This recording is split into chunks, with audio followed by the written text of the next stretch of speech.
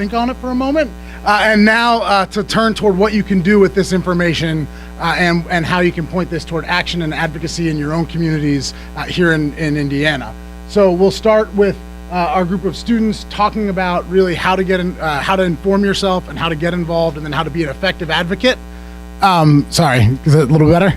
And then we'll shift and we'll be inviting up representatives from various local nonprofits to come talk about specific ways you can get involved, specific programs that are going on. So without further ado, I will turn it over to our students. Guys, take it away. Thank you. Can you guys hear me? Nope. Yep, that's what I thought. Okay, 1 second. We're just gonna do it. How about this? Amazing. All right, trial and error. This is what it's all about. Okay, well, hi, everyone. As Rob mentioned, we are with the Abrams Environmental Law Clinic at the University of Chicago Law School. And we're here to talk to you today about environmental advocacy here at home and beyond. I'm Jamie. I'm Leah. I'm Emma. I'm Maya. Do I have a... Amazing. Okay.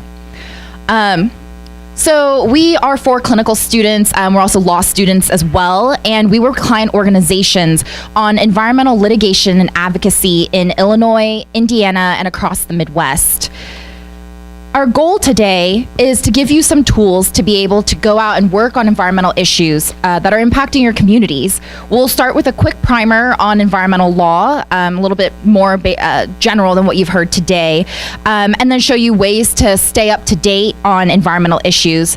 We'll lastly talk about ways to advocate for environmental change at the state and federal levels. As a heads up, this presentation will be made available later, so you'll have all this information, including a lot of great links at your fingertips. So to be most effective when advocating, it's useful to have an idea of what environmental law generally is. Environmental law is a term that we use to describe an extremely broad range of topics. So we typically think of big federal laws like the Clean Water Act and the Clean Air Act, both which you've heard a little bit about today. And we think of them affecting massive power plants like or huge smoke emitting facilities. But in reality, environmental law touches on so much more. Legislation and regulation can exist at multiple levels, including the state and local level. And in fact, much of environmental policy is at the state and local level. Federal and state constitutions can affect the environment. Fun fact, there are many, many countries with a right to a healthy environment built into their constitutions, although ours obviously does not. And international treaties can play a role. Just think of the Paris Climate Agreement, right? Today we're going to focus on legislation and regulation and advocacy at that level. Our laws and regulations can and do affect a broad range of things, products, specific pollutants, like the amount of a pollutant in the ambient air versus the amount of a pollutant that a polluter can actually emit. Processes, so how do you get a permit for like Clean Water Act permits, right, for discharges? Land uses, land uses are a great example of the strong amount of local control on environmental issues, industrial versus commercial versus residential. Like I said before, though, we often think of big federal laws when we think of environmental laws. So this is a non-exhaustive list of some major federal laws. Almost all of them are enforced by the US EPA or by the state's equivalent, like the Indiana Department of Environmental Management, or IDEM. A lot of these names are self-explanatory, except for the middle long one, Comprehensive Environmental Response Compensation and Liability Act, colloquially known as CERCLA or the Superfund Act. And this one deals with cleaning up contaminated sites, which we're going to talk about in just a little bit.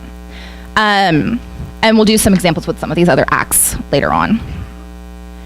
So, as we've noted since the beginning of this presentation, states play a huge role in implementing and enforcing environmental law, which is why it's so important to think about how to affect change at the state level, not just the federal level. So, for example, some federal laws, like the Clean Air Act, give the state's primary responsibility of permitting, inspections of facilities and polluters, enforcement of state and federal law. And in many cases, states can set standards that are more stringent than what federal law requires, although that is not the case here in Indiana. Indiana law does not permit for standards to be more stringent than federal law. Not only do states implement federal programs, but they also have their own programs as well. These are not related to specific federal environmental programs, but are instead wholly from and applied to Indiana. I'm going to turn it over to Emma now, who is going to talk about resources on environmental issues. Thanks.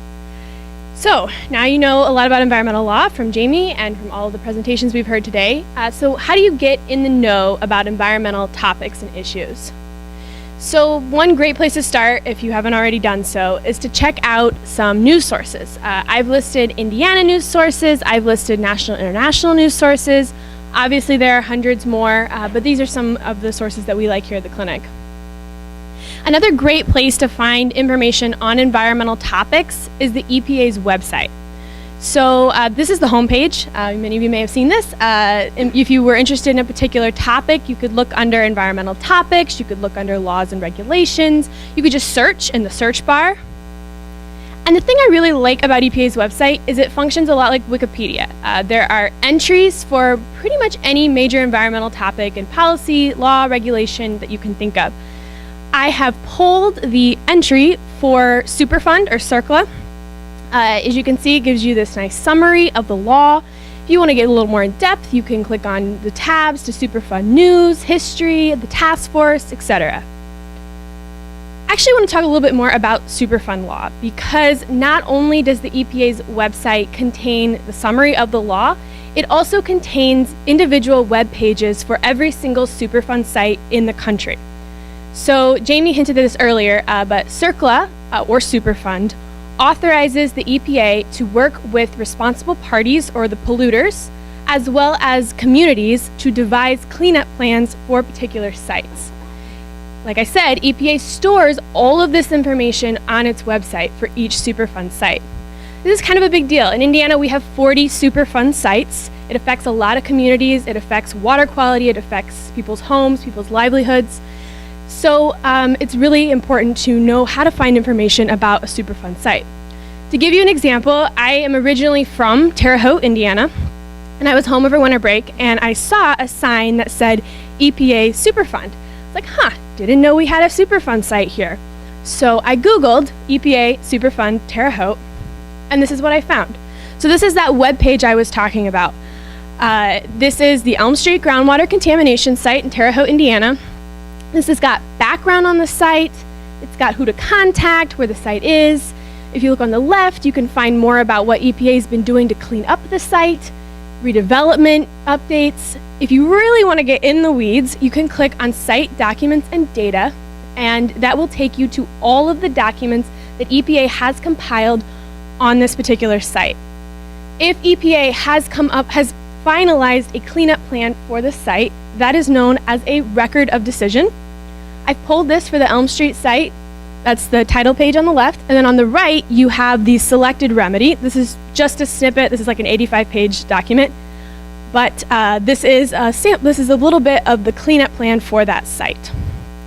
If EPA has not finalized its plan, but it has proposed a cleanup plan, it will make that plan available for comment. Anybody can comment on the plan and say whether or not they think it is a good plan. If the option is open for comment, you'll see something like this. EPA encourages you to comment, and that's going to be on that same web page. Now, Maya's going to talk later about how to comment, what is a comment, but I wanted to give you a heads up that this is a great place to find information about commenting that might affect your community. In addition, if there's information about public meetings, you will also find that information on this same webpage. So switching gears a little bit, another place to find information about environmental topics is through the federal and state permitting process. So Jamie mentioned that both the federal and state governments will issue permits to facilities that tell them how much they can regulate or how much they can pollute. Professor Weinstock also talked about this earlier. These facilities will then produce reports that say whether or not they're in compliance with those permits. If they are not, that is a violation. The government often can find these violations, but oftentimes it is citizens, people like us, who go online, who figure out that the facilities are not in compliance with their permits. That leads to legal action. You can find these permits and reports online. One place to do so is the EPA's ECHO site. This is the Enforcement and Compliance History Online. I pulled just the main page. It's a nice tool, pretty easy to use, gives you nice synthesized information. Unfortunately, it does not contain all of the permits and reports that you would be interested in looking at. For a more comprehensive tool, although not totally comprehensive, but for the state of Indiana, if you are looking for permits and reports, you might want to use the Indiana Department of Environmental Management's file cabinet. I've pulled the homepage here for that as well. There is a search function on the left, a map function on the right. And I want to walk you through just really briefly how you can use this tool. Let's say you're from Portage, Indiana, and you're interested in learning more about a facility that you see all the time. You might search for Portage, Indiana in that full text search. And on the map, it's going to come up with all these blue diamonds. Each diamond represents a facility that has reporting requirements to the state. Now let's say you click on one of those diamonds and you find U.S. Steel Midwest. I'd like to see the documents for that. You're going to click on Facility Documents, and it will take you to this page. So this is just the beginning of the documents that are associated with this facility. I did not even pull the full page, and there are 25 pages. So there are a lot of documents associated with every facility. And it can be a little overwhelming just because there's so much information, plus the documents often contain a lot of jargon. However, just a few pointers. One, you already know. You know what a report is. You know what a permit is. And a couple things to keep in mind. Indiana Department of Environmental Management uses kind of broad labels. So it might say report. It might not actually be a report. It might be something affiliated with a report. In addition, the date may not be the date of the document. It may be the date that the document was uploaded. So these are some things to keep in mind. Like I said, it's overwhelming, but this tool is totally accessible to anyone who wants to know more about facilities in their region. So with that, I'm going to turn it over to Leah to tell you a little bit more about how to use these tools. So the question today is, how can you affect change? And we're going to talk about 4 ways that you can do so. First, by filing a complaint with IDEM, which some of you may already be familiar with, preparing a comment, being a public advocate, and engaging with community organizations. So given everything you've learned today, or if you see something strange in your neighborhood or your community, you can file a complaint with IDEM. IDEM's policy is to take the first action in response to a complaint within 30 days of receiving the complaint, and then to address each complaint within 90 days. There are 3 different ways that you can file a complaint. You can submit an online complaint form, you can call the complaint coordinator, or you can submit a written complaint form. And there are links in the presentation, and you can also find this information on IDEM's website.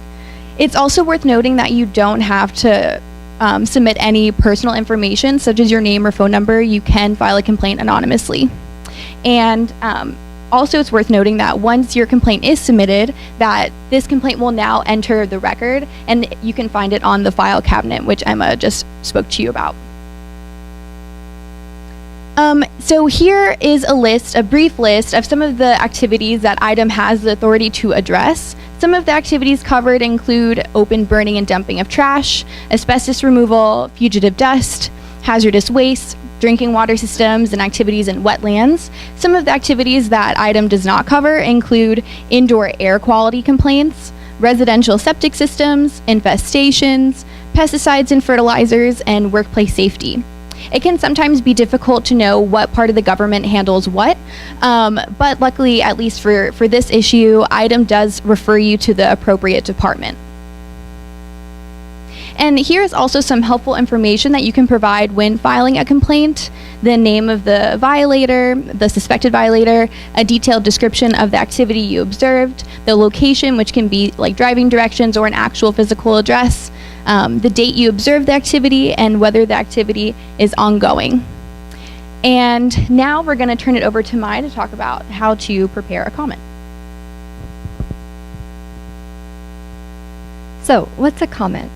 Before government agencies undertake a significant environmental action, they have to explain that action and justify it in writing. And these documents are made public, and individuals have the chance to provide written and oral feedback on them. And this process is called commenting. Commenting is built into all federal environmental programs and most state and the agencies generally have to consider and respond to comments, so it's a really valuable way to get involved.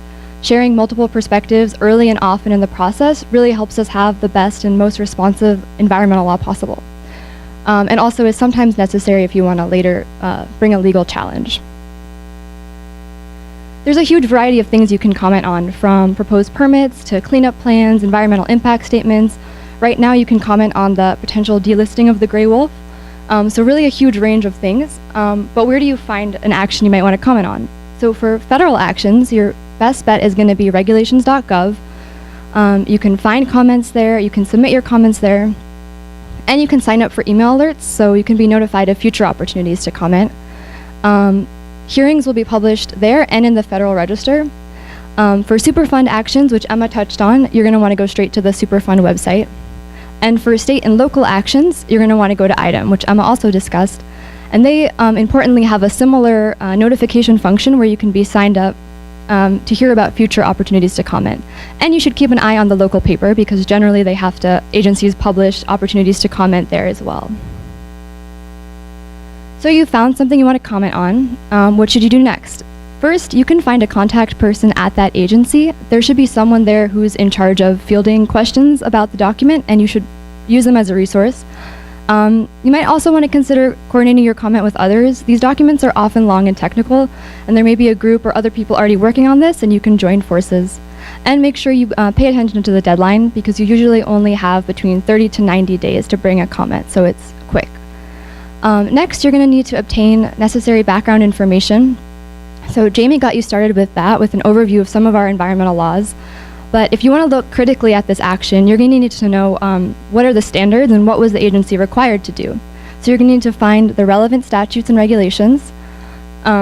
Next, of course, you're going to review the document. And like I said, since these are sometimes long and unwieldy, it's best to do this with a strategy in mind. So if you have the time, you can make a checklist based off of your own research into what the agency should have done and see if they did everything they were supposed to.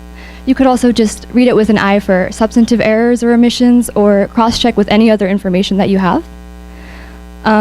Last, before you start crafting your document, just be really clear about what you're trying to achieve. So, am I writing because I want to stop this action altogether, or maybe I just want the agency to pause until they've considered a factor I've identified? Whatever it is, if it's clear to you, it will be clear in your comment. So we've highlighted a few best practices for written comments. I'm just going to underscore a couple of them. One of the best things you can do is, if you are personally impacted by the action, that should be first and front in your comment. That's information that the agency necessarily depends on individuals to provide. And I'll note that you don't have to be really significantly detrimentally harmed by this. Any personal connection is really important. Also, if you're criticizing a document, it's great if you can offer solutions, even specific language, because the agency will be more likely to take your comment if they can lift straight from it. Since these are draft documents, make sure you also note what you support, because you want to make sure that stays in. If you have supplemental information, that's hugely valuable, and of course, be clear, concise, and civil. You can also make your comment orally. That would happen at a public hearing. Public hearings are on the record, so everything said there will be recorded and considered a formal comment. Public meetings are not on the record, but they can be good opportunities to interact with policymakers. But if you're going to make a comment at a public hearing, you have to be prepared to be brief. You usually only have 2 to 5 minutes. And since you have such a short amount of time, try and be really specific about what you can share that hasn't already been said by others. You can also ask questions. Those will then be on the record, and the agency might have to respond to them. Last, I would just note it's important to be thoughtful of your role in the community. So, for example, if I'm attending a hearing for a proposed cleanup plan for a Superfund site and I myself don't live there, I might want to consider waiting until the end, after all the residents who actually live on the site have had a chance to speak. That being said, your presence alone is very important and sends a signal to the agency that they really have to take this seriously. And I'm going to hand it back to Leah. And so now we're going to talk about being a public advocate generally. We've already, I think, kind of alluded to a lot of these themes and things you can do throughout the day, but we're just going to go over it right now. So the first thing you can do is attend public meetings. You can work with your local and state officials on issues, and you can write a letter to Congress, and you can run a quick Google search to find out who's who and who you should be addressing these issues to. We've spoken a lot throughout the day and throughout this presentation on addressing violations and different issues, but you also have the opportunity to advocate for environmentally beneficial outcomes as well. For example, if your town is building a new city hall, you can push to make it green certified. Other things you can do include working with the media, organizing environmental events, raising funds for environmental issues or organizations that you care about, and remember to vote. And lastly, we're going to speak about engaging with community organizations specifically. The first step is really just getting informed and getting involved, and you can do this by joining email list hosts and also attending meetings. Throughout the day, you've heard a lot about engaging in citizen science and taking samples, which is also really helpful. You can further your commitment by engaging in a leadership role in your organization, and that will allow you the opportunity to develop new initiatives that you care about and that your community cares about. And lastly, you can also engage in litigation. You can do this on your own, or you could also join forces with your community organization. And just remember that there are different levels of engaging in litigation. It could be something as simple as signing off or actually preparing documents. And also remember what we spoke about earlier about filing complaints and filing comments. Shortly, you will be hearing from some local nonprofit organizations about ways you specifically can get involved in the sort of work they do. But before that, I guess, does anyone have any questions? I don't think we collected any cards, so.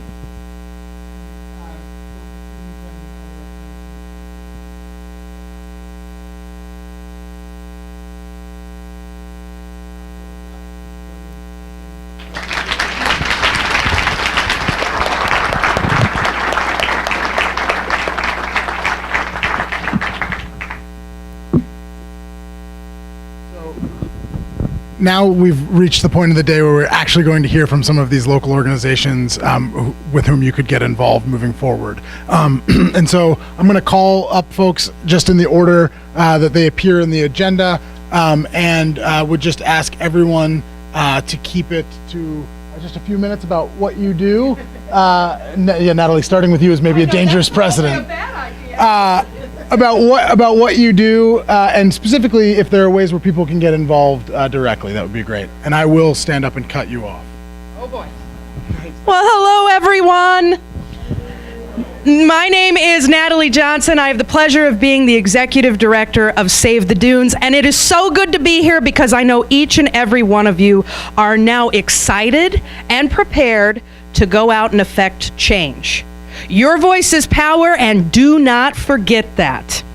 So, what does Save the Dunes do? We've been around since 1952, and we preserve the Lake Michigan watershed. So meaning everything from Long Beach to Whiting to Valparaiso to Crown Point. A drop of water falls there, it's certainly going to impact the Indiana Dunes and our Lake Michigan.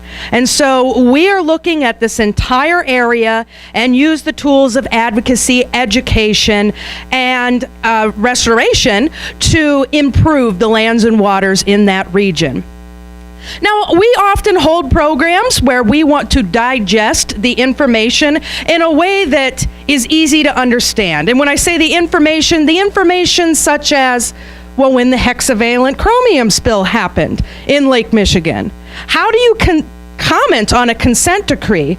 Now, I am so thankful for the ladies that came up here and said this. It can still be a little intimidating. I think that's safe to say. And one thing that Save the Dunes is here to do is to help you understand what you can do. If you need just that extra hand, we're there to help. So other programs that we do, well, we like to empower people on how they can affect change with their neighbors.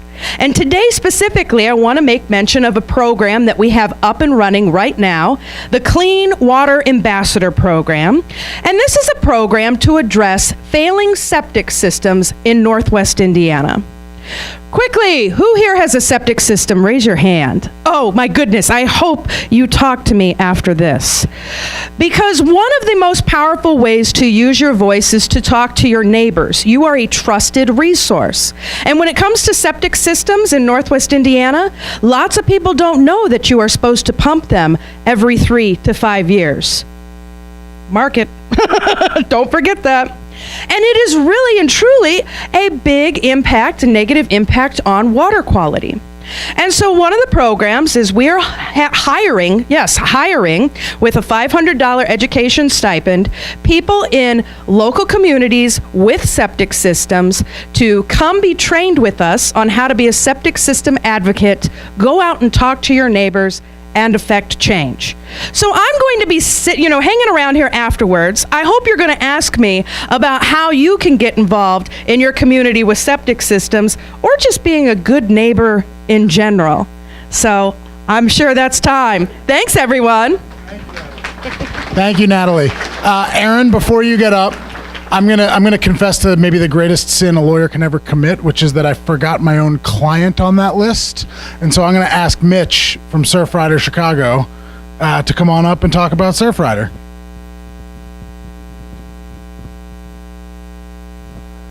Hi, I'm Mitch McNeil. I'm the chair of Surfrider Chicago. And during the first panel, you may remember seeing a map up on the wall. It was of the south end of Lake Michigan. Anybody remember that? Yeah, so I created that map, and there's a story behind it. I had a lot of help from Abrams Clinic. They did a lot of the groundwork on the research, wading into that EPA website and helping me with all the data. But we converted it into a snapshot of the region that's pretty compelling, because you can look at it and within 10 seconds you're pretty shocked at what you're looking at. So I'm with Surfrider, and Surfrider is all about surfing leading to activism, and we have a Chicago chapter. Surfrider in Chicago is formed around the issue of beach access, where surfers want to be able to get in the water, but people are putting up, stay away, this is private water. So, there's a big conflict there, and that's, for Surfrider, a global organization, that's a big issue. But we're also concerned with clean water, clean shorelines, and having fun, but also keeping our beaches clean. So, our website is chicago.surfrider.org if you want to learn more. We have beach parties during the summer. We clean up the beach. We get people out on surfboards, do surf lessons, and have fun. But in this case, what led to this thing going on in the Northwest Indiana was as a result of the fact that I, as a surfer, I go looking for waves. And the big waves are in Indiana. Believe it or not, Indiana has better waves than Chicago. So you got that. And we found that the surfing community there that I was starting to get to know were complaining about physical conditions, rashes, infections, and physical ailments. And they knew I was with Surfrider, so they asked me to do something. And I just kind of laughed at them. But then I hooked up with Judith from the Abrams Clinic, and she said, we can do something if you want to do it. So we combined forces. We started to do the research. You saw the map. The map was like phase one, like, okay, who are the players? What are they putting in the water? What kind of fines are they paying? And then suddenly after that, we had this thing happen with U.S. Steel, which led to another big decision on our part. Do we want to get involved and call them on it for hexavalent chromium? We've been listening to stories about lead and PFAS and mercury today, but add hex C to the list. And we're about 2 years into the process of this legal action, and we're waiting to see where it's going to go, but we're hopeful. So that's Surfrider. That's what we do. And I'll hand it over to whoever's next. All right, Aaron. Now we've got Aaron Korn from the Hoosier Environmental Council. Thank you, Rob. So you've heard from me before. So with the Hoosier what I talked about with CAFOs is only one one aspect of what we do with the Hoosier Environmental Council. Our mission is we're kind of a statewide organization that we want to help anybody with a passion for the environment to be activated in any number of ways. So we've got three things that we do. So what the heck does HEC do? We do presentations, greening your community events, annual greening of the State House Forum, and webinars, and then e-news, action alerts, mailers, personalized outreach. So we do a lot of education activities. What we also provide, and this is my role in the organization, legal and technical assistance. So workshops, CAFO workshops, environmental justice workshops, and technical assistance. So we'll do well in soil testing and public health effects expertise, and then obviously our legal assistance. So if you have an environmental issue that you need legal assistance with, you can contact us, and we can either assist you or set you up with resources that can assist you. Obviously, we're a 2-person legal team, so there's we get overwhelmed sometimes, but we can provide you with those kinds of resources, especially if it has to do with CAFOs. And then we have our advocacy wing. So that's the legislative advocacy and regulatory, and in the courts as well. So how to kind of see what's going on with HEC is we have our wonderful new website. You can look at the Bill Watch each year. Right now, one of our big focuses is on redistricting, which is not maybe exactly environmental issue, but it weighs heavily on environmental issues and on every other issue. So we're involved with that, and then you can find, well, you can see the websites. You could see us on each one of the Facebook and Twitter, Instagram. And then just find your local officials. You can identify that from the legislative website. Meet your legislators in person. If you don't know who they are, you could give us a call, but you can find them online, and just send them emails. So I want to just say green your community and your house party. You can be part of our house parties. The best way to get involved is we have a contact person right here, Amanda Shepard. If you take down her information and you want to host a house party or just get more involved with HEC in general, she's the person to reach, and she can really put you in touch with anything that you need to know statewide. All right. So I believe we've got Colin Deverell from the National Parks Conservation Association up next. Thanks, Colin. Thanks, Rob. I get the distinction of being a third guy with a facial hair and a gray jacket on the stage. So thank you all for being here. My name's Colin Deverell. I'm the Midwest Program Manager for the National Parks Conservation Association. Raise your hand if you've been to a national park. Hopefully everybody in this room, you have one right in your backyard. And of course, the 61st national park in the country. So give you guys a hand for that. So NPCA is a national organization based in Washington, D.C. We have over 1.3 million members and supporters across the country, and we have regional offices all across the country. Our Midwest office just down the road in Chicago.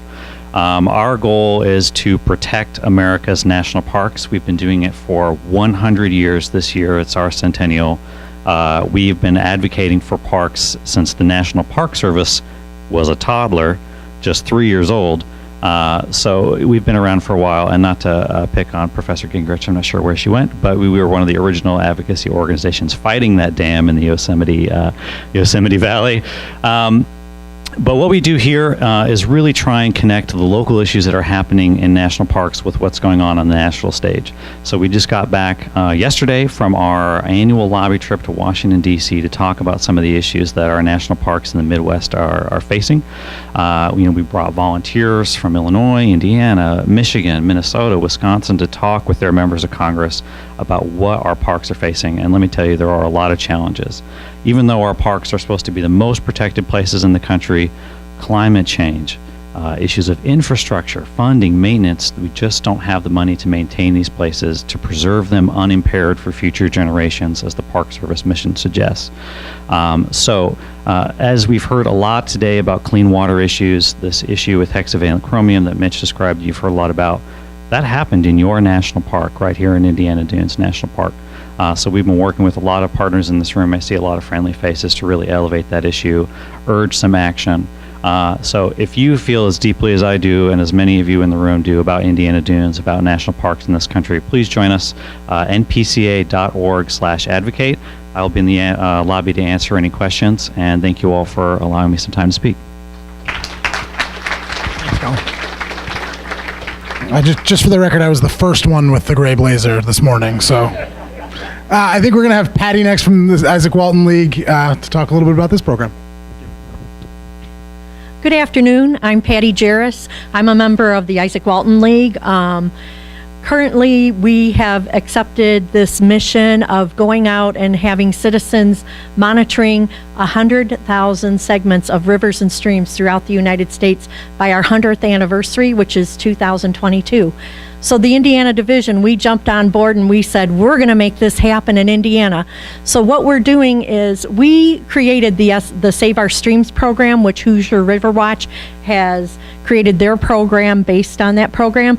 So we are willing to come out and train you on how to monitor a stream.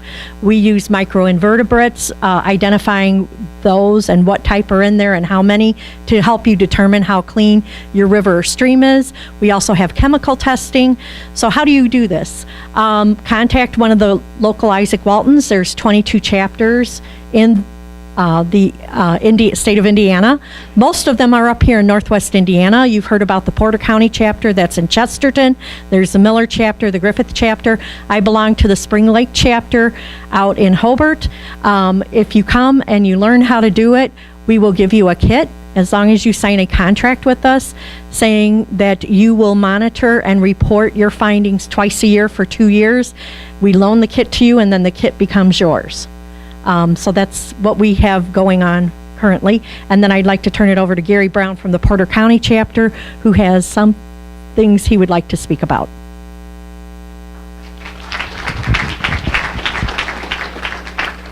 I don't know if you noticed out the window when you started the program today, there were 2 live turkeys, which I thought was very appropriate for the conversations we had about corporate America and what they do about clean water. And then they came back for Mark Edwards' speech, which I thought was even more appropriate. So I'm the only turkey up here now. Okay. I'm Gary Brown. I'm president of the Porter County Isaac Walton. We don't have a building, but we have 150 acres of conservation lands paid for by mostly mitigation money. Our former president used to work for Enbridge. Oops, there's another oil spill from the pipeline, right? And NIPSCO and others. And from the Conservation Fund, which helps with mitigation money from people all over the country. So Jim Sweeney, who I changed his name today to me, is at the Kankakee, his first love, because he was working with the river basin and the changes down there. But our chapter is known because this is our 60th anniversary year. Herb and Charlotte Reed, maybe you know that name. They're the founding members, and they were originally with Save the Dunes, okay? Herb remembers his grandfather working to save the State Dune Park. I'm just coming in the last 5 years, so I have to learn all this, okay? But I'm telling you, I'm learning more every day about wildlife. We have a farm called the Frame Family Farm. Think of it as a picture frame of wildlife.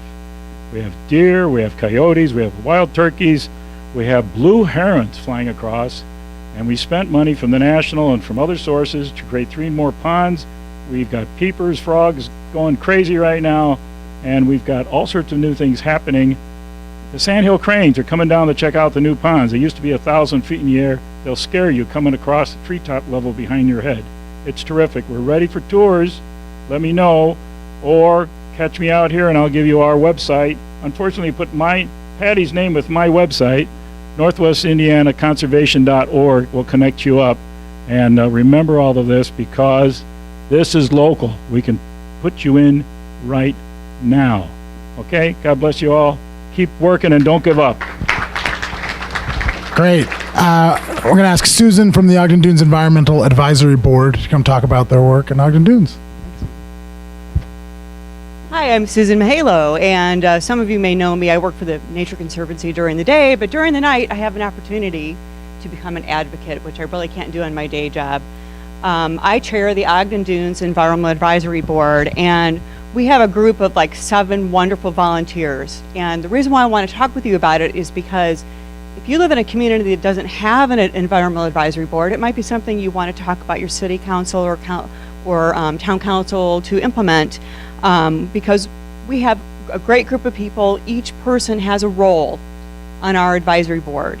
For instance, I had one person recently just bird dogging a clean closure plan from Indiana American Water on a backflush lagoon that's been causing problems over a couple of years.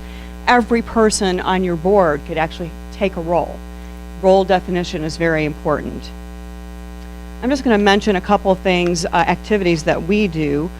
We keep citizens informed on our town's response, how we've responded. I write letters for our town council, our board looks at them, provides comments, and then we take it to the town council, and they send off the letters for us. We did recently on the hexavalent chromium issue. It's finally nice to meet you, Colin. I don't think we've been working together for 2 years, and I don't think we've had an opportunity to really meet face to face. We prepare actions and letters for the town council on a variety of things like NPDES permits, consent decrees. We do NEPA review. For instance, when the South Shore Railroad was planning on doing a double tracking, there were environmental consequences that we wanted to make sure got captured. We track industry compliance. We have people just bird dogging that virtual file cabinet. Different industries. We have that whole industrial complex just a couple miles away from Ogden Dunes, unfortunately. We ask for citizen participation. For instance, recently, the hazardous landfill permit that's being renewed for U.S. Steel Midwest, they had a meeting over at the Portage Public Library about a week and a half ago, and I think I had because I put the request out there and our other board members recruited people, we had about 30 people from Ogden Dunes, and Nancy Moldenauer was there from Michigan City, and it was just, I think it was just tremendous that we had that kind of response. And not every single person may be able to make a comment that's going to actually make a difference in the permit, but it was good for IDEM to see that we cared.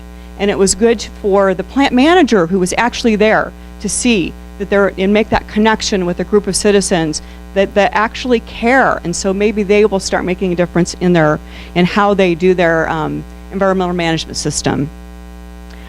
We educate residents on issues like invasive species, stormwater management, beach water quality and septic systems. A couple years ago, we put out a clean water booklet to help them understand things like they shouldn't feed the seagulls on the beach, they need to clean up their dog poo, things like that affect water quality that they may not have been aware of.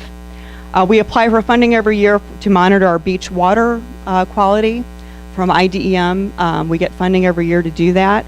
And we also conduct Adopt a Beach. I'm sorry to see that the Alliance for the Great Lakes isn't here, but they run a great Adopt a Beach program.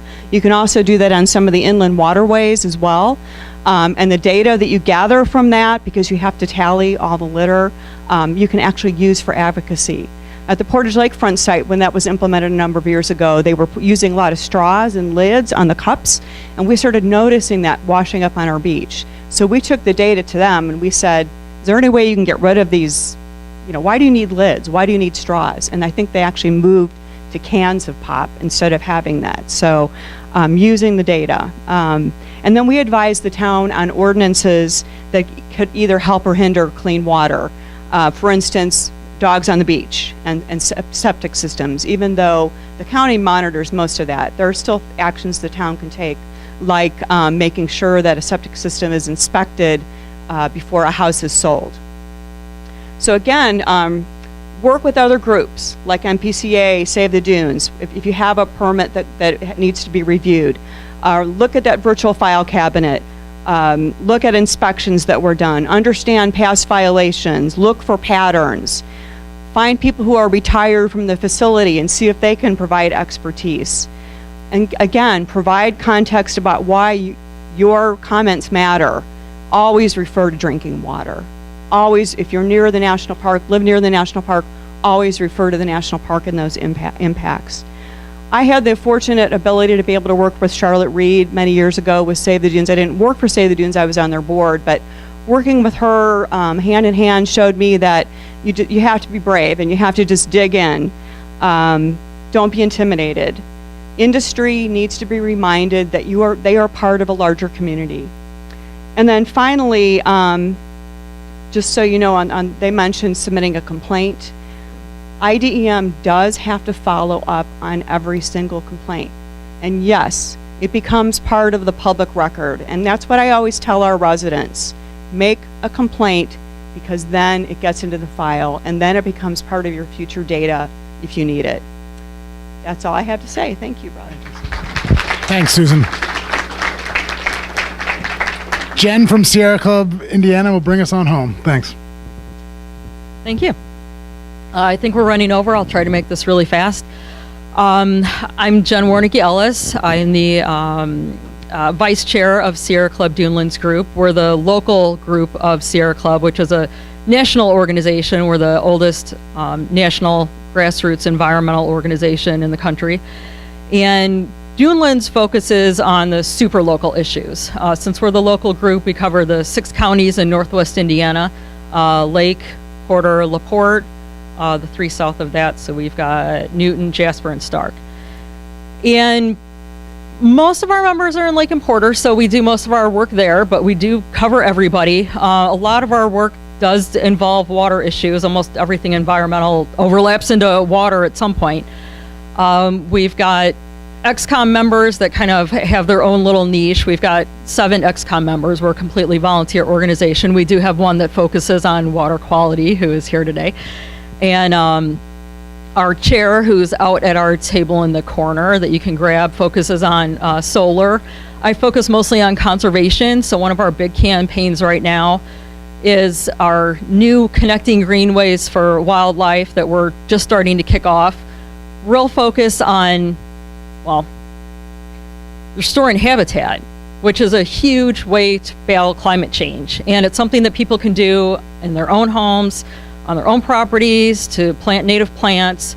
Really helps water quality out a lot too.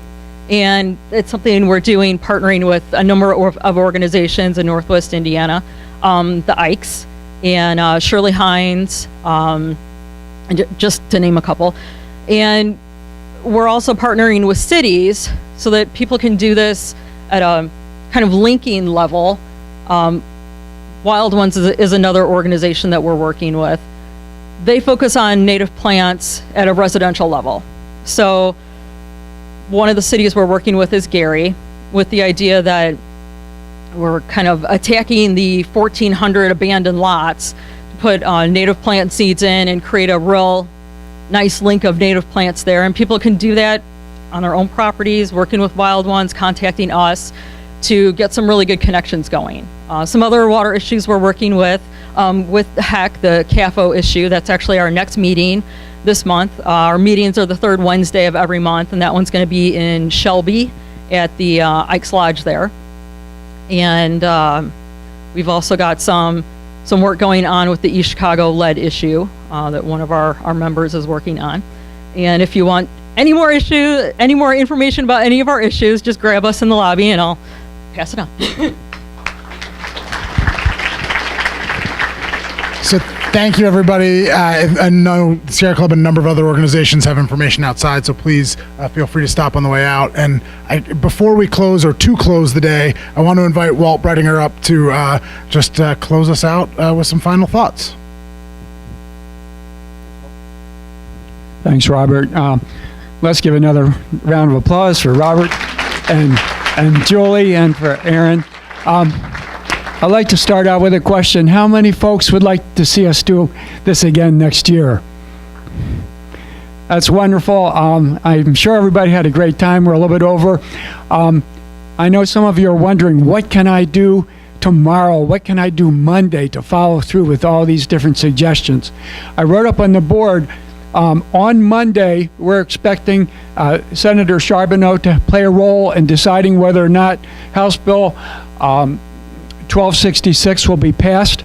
you have an opportunity Monday morning to call that 800 number on the phone and encourage Charbonneau to vote against that bill. That bill would tend to reduce or erode our ability to prevent erosion or to reduce erosion from construction sites. I chair a group called the Valparaiso Chain of Lakes Watershed Group, and our biggest problem, and by the way, we're a tiny watershed, 4 square miles north of Valparaiso, and we don't have a problem with CAFOs or with fire suppressants or with industrial pollution, or at least none that I know of. But we have a problem with stormwater management. We're getting a lot of mud and silt sediment from construction sites. We're getting stormwater runoff from pesticides and herbicides. And you all can do something about that right away tomorrow. Try to cut out or at least drastically reduce your use of lawn chemicals and other substances, oil and gasoline running into the roads and the gutters, which end up in our lakes, rivers, and streams. Thank you very much. We do have a couple of events coming up that I'd like to remind you about. One is on May 20th. Professor Ian Tashner from IU is going to speak on the topic of pesticides at the Porter County Administration Building at 7 o'clock on May 20th. If you wish to sign up or get more information, you can see our booth in the far corner and speak to Nora or to Susan. We have a booth that says Valpo Chain of Lakes. On June 22nd, we have an outdoor event at Rogers Lakewood Park called Nature Palooza. We're going to have a host of seminars outdoors. We have a picnic and boating. We have canoes and kayaks set up, and we have a lot of scientists there. We do a nature hike and have exhibits from a multitude of environmentalists and exhibitors, some of which are in the room. So.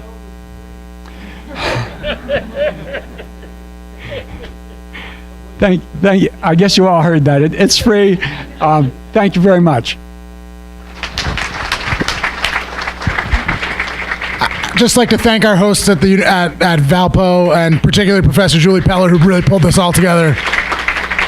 Thanks, and now everybody get out of here and enjoy the beautiful weekend. Thanks.